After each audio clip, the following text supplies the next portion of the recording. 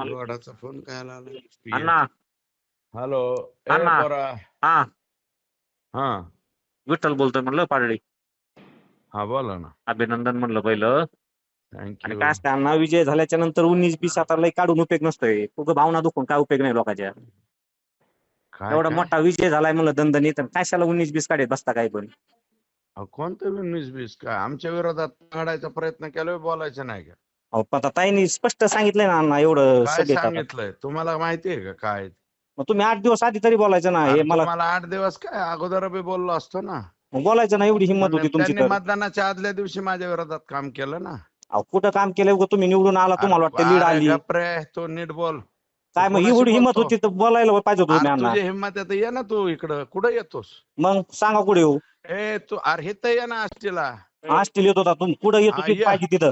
अरे ये. हे काय पुंचीराव नको निवडून आल्यावर शहाणपणा तुम्ही बोलू. लागले शहाणपणा नीट करायला. बोल. ए विठल्या हा तू कोणाशी बोलतो? आम्ही मत दिलेत, आम्हाला लोकांना त्रास व्हायला लागला ना आम्हाला. तू कोणत्या गावाचा आहे?